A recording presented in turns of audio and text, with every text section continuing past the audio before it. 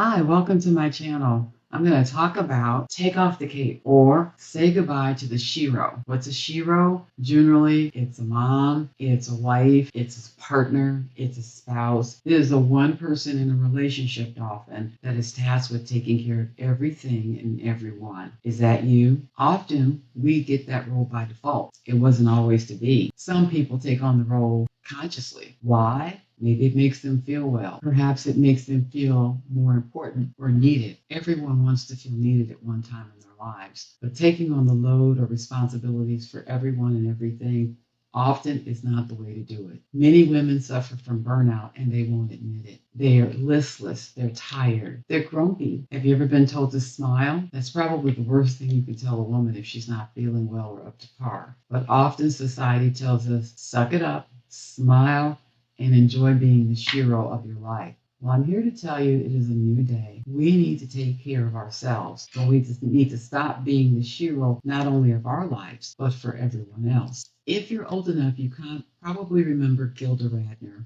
from Saturday Night Live. And she did a skit whenever she would hear so many things, she'd say, it's always something. Do you feel that way? It's always something. You get up, maybe you go out to work in the morning or you go to begin your day and boom, something blows up your plans. Maybe a child forgot their lunch from school, or maybe your spouse or partner asked you to pick up the laundry or the cleaning, or you've got to take the car in for repairs when it wasn't your turn. Something always disrupts your schedule, and therefore we can begin to feel put upon. Well, I'm here to tell you that it's not only not fair, it's unnecessary. You can find a way out of being that shero by just taking control. And over the next few videos, I'm going to talk to you. Yes, I'm talking to you about how to throw off that cape of being the shero or the superwoman in everyone's life. Admittedly, it's not easy to throw that cape off, especially if people have come to depend on you. But you have to ask yourself, how did that dependence begin? Were you an integral part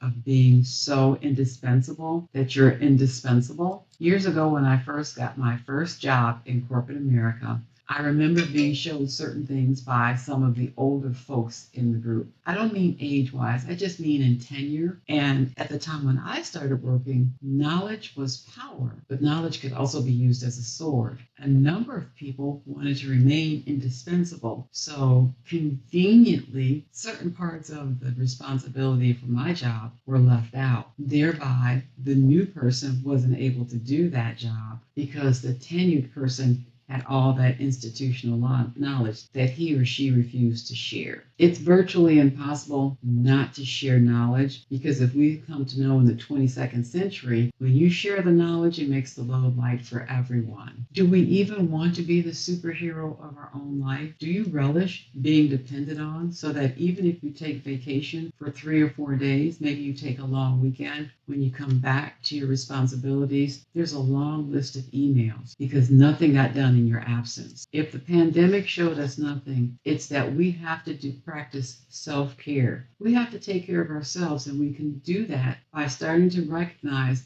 there's no need for us to be the superhero of our own story. For ourselves, yes, but for everyone else, maybe there's someone else that can share that load with us. Over the next few weeks, I'll have a number of short videos that talk about how you can take the cape off and guilt-free stop being the shero of everyone's life. Getting off the hamster wheel as it was. Caring for yourself and not feeling that you're being selfish. Not calling it a guilty pleasure when it's something that you need to take care of. Wearing the purple hat. You just don't care. Being the right age. The savior complex. How can you get over that? And last but not least, getting to like me, as Mr. Rogers says, just the way I am. It's often a tightrope that women walk, and I specifically mean women, because oftentimes the things that are put upon us are not put upon other genders. No one comes into the office and asks Bob what's happened to the FedEx packages or what's happened to this software or this project. Often it's the fill in the name, that's usually a female,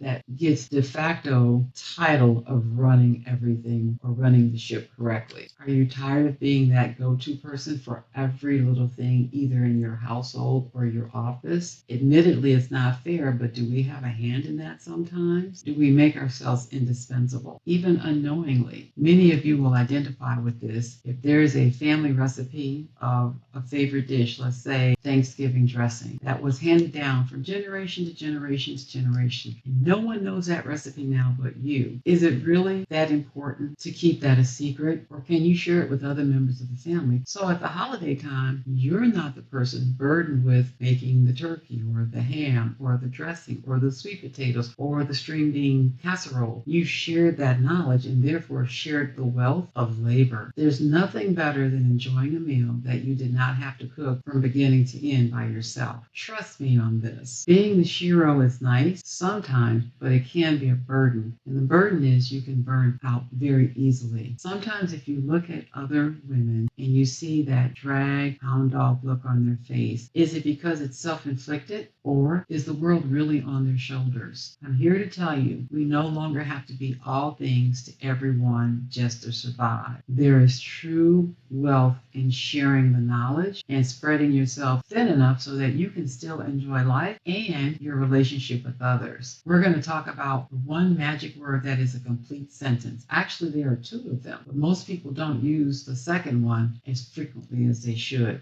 Can you guess what the word is? No is a complete thought. Can you take the dog to the vet today? No. You don't know an explanation unless it's to your partner. Do you mind taking on this project, Sally? No, I can't. That might, if you're in the workspace, you might have to give a little bit more explanation to the no. Remember when you were a young child, if you asked mom or dad to go out and play, what did they say? No. Oftentimes, I know my parents didn't give me an explanation of why they said no. That was the end of the conversation. So no is a complete sentence, something that we need to practice more often. We don't have to bury the shiro, but we can give her a rest by taking care of ourselves. So the next time we meet, we're going to talk about getting off the hamster wheel. Yes, that is a real thing for a lot of us. So let's talk about that next time. And until then, have a great day. And remember, the cape is not permanently affixed. You can take it off.